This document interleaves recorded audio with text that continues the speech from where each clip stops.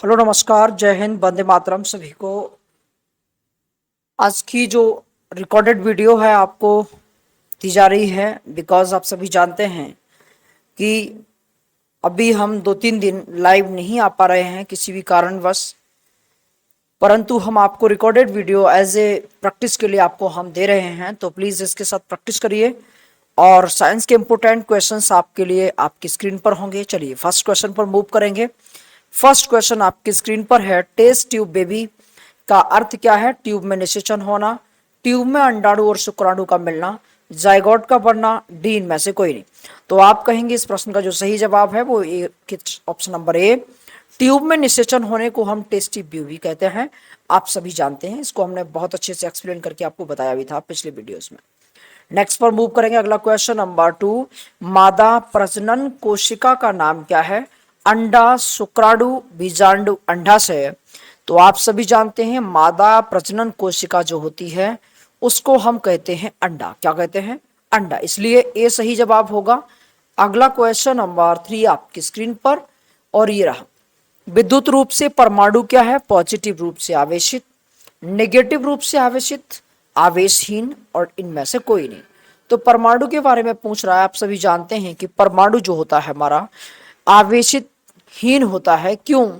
क्योंकि इसमें बराबर बराबर मात्रा में पॉजिटिव और नेगेटिव पाया जाता है, और जब पॉजिटिव और नेगेटिव बराबर होगा तो आप समझते हैं इसका वैल्यू क्या रहेगा? उदासीन। क्या? उदासीन। ओके। तो इस घटना में आपका आवेशहीन कहते हैं, इसको हम न्यूट्रल कहते हैं। क्या? Neutral loss. समझ रहे हैं कि नहीं? तो फिलहाल क्वेश्चन नंबर 3 का जवाब तो आपको मिल गया है। अगला क्वेश्चन पर मूव करेंगे। क्वेश्चन नंबर 4, किसी तत्व में उपस्थित इलेक्ट्रॉन की संख्या इसके डॉट डॉट डॉट के बराबर होती है, तो आप कह सकते हैं परमाणु क्रमांक के बराबर होती है। ऑप्शन नंबर बी सही होगा इस प्रश्न के लिए। अगले क्वेश्चन नंबर 5 पर मूव कर रहे हैं। जल की कठोरता किसकी उपस्थिति के कारण होती है? मैग्नीशियम बाइकार्बोनेट, बेरंजक चूर्ण, सोडियम, इनमें से कोई नहीं। तो आप कहेंगे मैग्नीशियम बाइकार्बोनेट। इसकी वजह से जल की जो होती है कठोरता होती है, इस कठोरता को दूर करने के लिए आप विरंजक चूर्ण का यूज करते हैं। इसे हम ब्लीचिंग पाउडर के नाम से भी जानते हैं। नेक्स्ट पर मूव कर रहे हैं अगला क्वेश्चन पर। नेक्स्ट क्वेश्चन नंबर 6 आपकी स्क्रीन पर है, किस प्रकार के रेल इंजन की दक्षता सर्वाधिक होती है? डीजल, पेट्रोल, विद्युत भाप। तो आप कहेंगे जो विद्युत के जो इंजन होते हैं, रेल इंजन, वो अधिक शक्तिशाली होते हैं, इसलिए सी बिल्कुल सही जवाब है। नेक्स्ट पर मूव कर रहे हैं क्वेश्चन नंबर 7 की तरफ। देखते हैं, एक विद्युत चुंबक बना होता है नरम लोहे का, कठोर लोहे का, जस्ते का, तांबे का। तो आप सभी जानते हैं विद्युत चुंबक की बात कर रहा है, तो इसमें आप नरम लोहे के साथ चले जाते हैं। ऑप्शन नंबर ए सही जवाब होगा। नेक्स्ट पर मूव करेंगे। अगला क्वेश्चन नंबर 8, डायनामो परिवर्तित करता है उच्च वोल्टेज को निम्न वोल्टेज में, विद्युत ऊर्जा को यांत्रिक ऊर्जा में, यांत्रिक ऊर्जा को विद्युत ऊर्जा में। तो डायनामो आपने देखा होगा, ऑल्टरनेटर जो आपने गाड़ियों में देखा होगा, जिसमें हेडलाइट वगैरह यूज, आप जो मोटरसाइकिल में भी हेडलाइट यूज करते हैं, वो आपकी कहीं ना कहीं इसी की वजह से। तो डायनामो जो होता है आपका यांत्रिक ऊर्जा को विद्युत ऊर्जा में बदलता है, यानी उस पर पट्टी चढ़ा के आपको बिजली प्राप्त हो जाती है, यानी करंट प्राप्त होता है। इसलिए सी सही जवाब होगा। अगला क्वेश्चन नंबर नेक्स्ट आपकी स्क्रीन पर होगा क्वेश्चन नंबर 9, और 9 देखते हैं, निम्नलिखित में से किसके अंदर धारा प्रवाहित होती है? पीवीसी, रबर, कांच, ग्रेफाइट। तो आप कह देंगे पीवीसी, रबर, कांच, इनसे अपेक्षा ग्रेफाइट में सबसे ज्यादा होती है। ठीक है जी। चलिए नेक्स्ट पर मूव करेंगे। अगला क्वेश्चन नंबर 9 के बाद चलते हैं 10 पर। निम्न में से कौन सी धातु विद्युत की बेहतर सुचालक है? टंगस्टन, चांदी, तांबा, एल्यूमिनियम। बेहतर की बात करेगा, यानी आपका जो बिल्कुल सही जवाब होता है चांदी के साथ चला जाएगा। चांदी आपका बेहतर सुचालक होता है।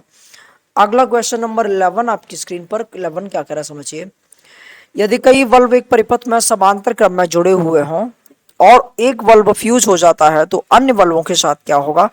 तो अन्य बल्बों के साथ आपको समांतर क्रम की बात कर रहा है, तो हम कह देंगे अन्य सभी बल्ब जलते रहेंगे।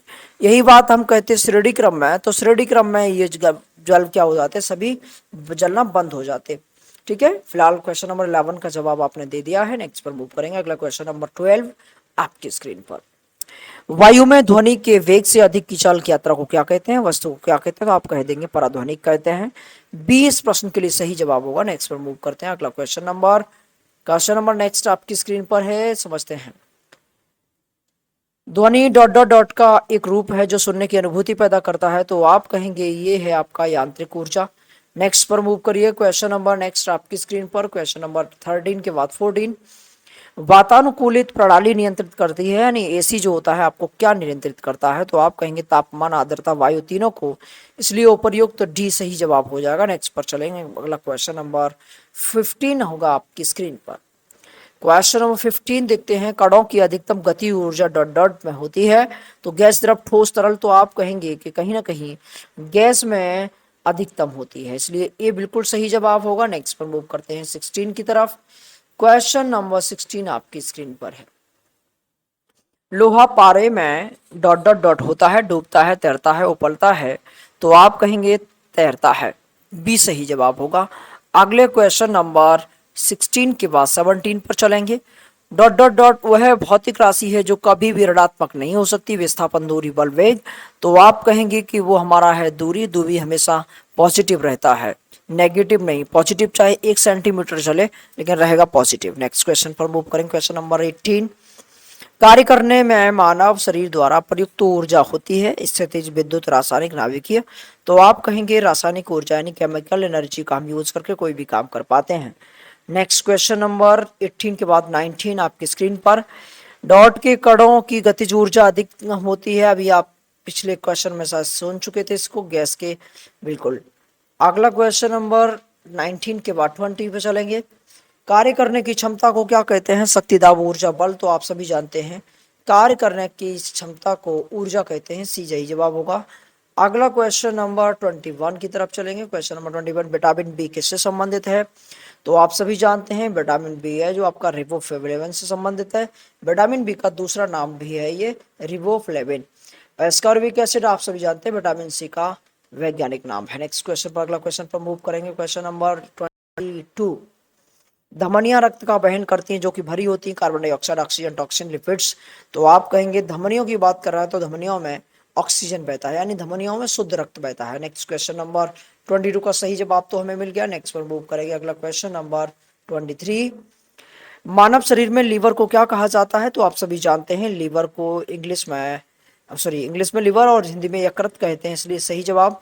और प्लीहा का मतलब होता है स्प्लीन, स्प्लीन, स्प्लीन, और इसे हम हिंदी में बिल्कुल तिल्ली भी कहते हैं। क्या? तिल्ली। ठीक है।